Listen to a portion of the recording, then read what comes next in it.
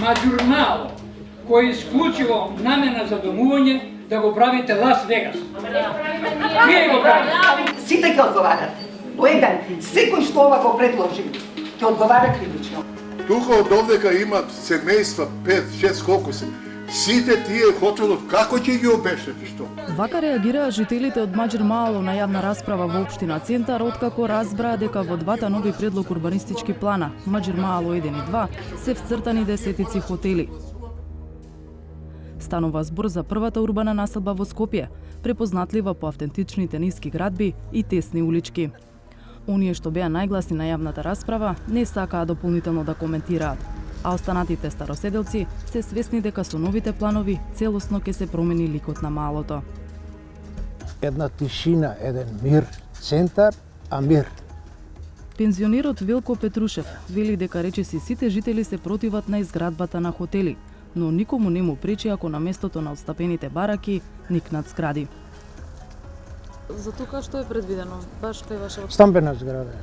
Стамбена зграда е, маркица е таква. Овој да го втека и натака е. Вие сте за стамбена зграда да биде? Ја не сум, додека сум жив, ја не сум. Зошто? Нека се уредува сукцесивно со таа стамбена изградба. Децата мои сигурно ќе се кандисаат да срушат и да добијат станови, сигурно. Ја за сега не се согласувам.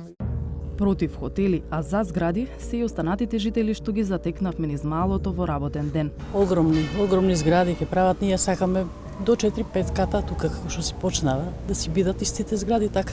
Парковите има купи да се стават, за залечиш канализација, водовод е нешто прават, колку прават не. Маџар Мало и останатите населби во општина Центар добија мораториум за градби за да се ревидираат плановите. Ревизијата покажа дека доколку се спровел предвидениот план, во оваа населба поради изградба на висококатници маџармалци не би имале ни минута сончева светлина во зима. Но и покрај корекцијата на плановите, жителите повторно нема да добијат хумано живење, а истата судбина ги чека и останатите градски четврти. Еве зошто. Професорката по урбанизам Дивна Пенчич, која работеше на ревизија на деталните урбанистички планови, вели дека рацете им се врзани поради конкретни пречки. Првата е генералниот урбанистички план, кој е обврзувачки за деталните урбанистички планови, а предвидува градби за деловна намена во огромен дел од населбата. Затоа се вцртани хотели. ГУП-от налага изградба на булевар, за кој стручната јавност не гледа ни оправдување, ни простор. Замислете што ќе се случи сега, кога тука имаме барем уште 30% повеќе население, а не е пресметано во пресметките за струја, вода, отпад, одведување. Меѓутоа, притисоците од сите страни се големи, сите сакаат корист да имаат со овој сега нов закон. Наместо да се исчистат проблемите, сега се натрупаат дополнителни проблеми. Тоа значи дека џабе беше и ревизијата. Не би рекла дека е џабе, него се отворија сега прашањата какво планирање треба воедно да се форсира. Друг проблем е правилникот за стандардите и нормативите, подзаконски акт кој го носи Министерството за транспорт и врски. Овој документ го уважува така нареченото стекнато право, односно еднаш предвидени висини, како на пример за висококатници во Маџар Мало, иако се нереализирани да не можат да се намалат. Правилникот е алфа и омега за планерите, вели Пенчич. Во правилникот има упади со членови кои ни ги врзуваат рацете и нели на сите други. Не е ова сега случајно вака што се случува по градот. Една од најпроблематичните е неможење да се намали висината. И сега другите може, и тоа пробавме да го направиме колку може, да не се прекршува оној услов да не му се смета на соседот, да е прописно оддалечувањето еден од друг објект. Не успеавме да ги обезбедиме доволно коридорите за безбедност. Улиците се уште остануваат прилично тесни, иако и тука е успеано нешто да се поправи. Она што успеавме дополнително е да препознаеме колку има земјиште на Република Македонија, па барем мали парчиња да останат за зеленила, за игралишта, за контейнери каде да се постават, затоа што тоа е она што го прави квалитетот на живот. Професорката низ макети објаснува што ги чека и останатите населби, како на пример соседната Крњево. Ова е сега планот што е ставен под мораториум. Допрева овој план ќе се работи, ама еве ги условите поред другиот план. Она што ние пробуваме сега да направиме, да расчистиме коридори, да овде може да пројде ургентно возило, па и нормално да се влегува, да не се овие вака затворени, темни, мрачни, под сенка, и сега има сонцево покажува или колку кокави сенки. Значи овие пола од годината становите ќе бидат во сенка. Ова е со сите дупови кои што се? Ова е да, вака изгледаат скоро сите дупови што ги ревидиравме. Но нема да можете висината да ја намалувате. Но висината нема да може. Секој што направил ваков прекршок требал да изгуби барем лиценца и овластување како лице што планира и фирма која тоа го подпишала како правно лице. Забелешките наведени во анкетните листови на жителите кои не се согласуваат со она што го предвидува ДУП-от за Маџирмало поради генералниот урбанистички план ќе завршат во град Скопје. Пред да стигне на гласање во општината, ДУП-от поминува на одобрување низ синџир од институции. Освен од град Скопје, потребна е согласност од Министерството за транспорт и врски, како и безбедносни анализи дека подрачјето може да ја издржи бетонизацијата.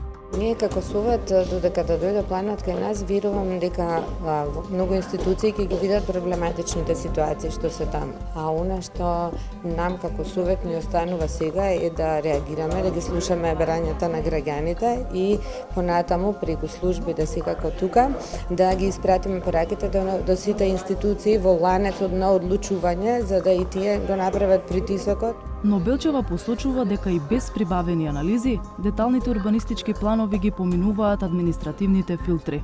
ДУП-от за Тасино Чешмиче помина со мнозинство гласови. Јас лично не гласав за тој план, заради тоа што мислам дека тоа планско решение овозможуваше зголемување на висините на објектите, за кои ние не добивме позитивно мислење од стручни институции кои се занимаваат со испитувања и на теренот и на почвата. Зошто вашите колеги гласат? Па сите институции дале позитивно мислење, што за мене сепак не беше доволен аргумент да кажам дека и мојот глас ќе го дадам и моето издвоено мислење се стои во документацијата за планот денеска, бидејќи се плашам дека додавањето на дополнителни катеви можеби утре нема да направи проблем, но во ситуација на опасност како земјотрес, било каква друга природна непогода, ерозија или свлечиште, може да се случи таму да има многу поголема опасност за граѓаните. Опозицијската ВМРО ДПМН и во Општинскиот совет на Центар не негира дека е крајно пасивна дури и за вакви прашања. Советниците од владеачкиот СДСМ пак велат дека се водели исклучиво според акти. Ќе го гласате планот? Па ние ќе го гласаме доколку ги задоволат сега преку анкетите, доколку се задоволат параметрите што се зададени со генералниот. Тоа не е поентата. Ако ние тоа усогласување не го видиме на дело, тоа безпредметно е 2 години што е стопирано работењето, да речеме, со деталните урбанистички планови. ДУП-от е проблематичен, а и веќе се прави нов. Бе разбирам. Меѓутоа ние зборуваме за актуелниот ДУП. Лош или добар, како што викаат закон, или е добар или е лош, вие мора да го спроведувате. Не можете варијации на тема закон. Но законот е жива материја, може да се мени. Јасно, меѓутоа додека не се промени, важи. Актуелниот генерален урбанистички план за Скопје е усвоен во 2012 година и важи за уште 2 години. Во меѓувреме, градоначалникот Петре Шилегов вели дека се работи на нов, кој ќе ги ограничи можностите за пропусти при носењето на деталните планови. На уште повисоко ниво, во собраниска процедура е и нов закон за просторно и урбанистичко планирање, за кој министерот Горан Сугаревски се надева дека ќе се изгласа пред да се распушти парламентот. Доколку не се донесе, можно да го смените правилникот? Ги разгледуваме и тие опции, меѓутоа за нас е многу исклучително важно да биде донесен овој закон. Во собраниска процедура е и закон за легализација, кој ќе озакони се што е изградено на диво, освен згради. И ова за стручната јавност е проблем, оти еднаш легализирани објекти подоцна прераснуваат во згради. Сугаревски е убеден дека се внимава на јавниот интерес, но се балансира и со потребата од развој.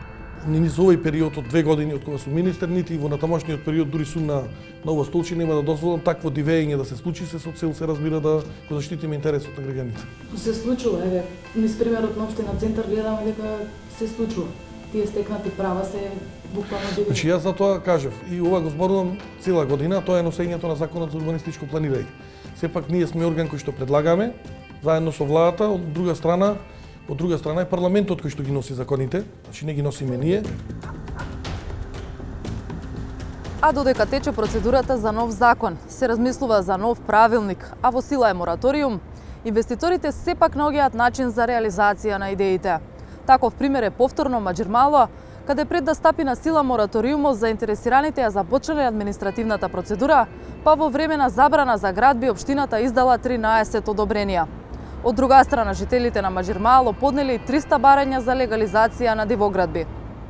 По фаталниот земјотрес во Албанија во кој загинаа 51 лице, тамошните власти тргнаа во апсење градоначалници, локални службеници, инженери и инвеститори поради непочитување на правилата за градба. Кај нас, стручните лица ги предупредуваат планерите и сите одговорни во синџирот на одлучување, или да ги приспособат прописите, или да не ги читаат буквално. Дали во правилник за операција на, не знам, слепо црево, пишува прво препознай го слепото црево, изми ги рацете, земи го скалпелот. Нашите колеги очекуваат дека правилниците треба да им пропишат се, иначе не важи ништо од нивното знаење. Тоа што учеле на факултет не е важно. Струката што си има знаење не е важно. Така да се додека така размислуваме и не си ги предземаме, не ја предземаме одговорноста како стручни лица, тогаш вака и понатака ќе биде. А ако во центарот на Скопје вака, како ли е во внатрешноста на државава?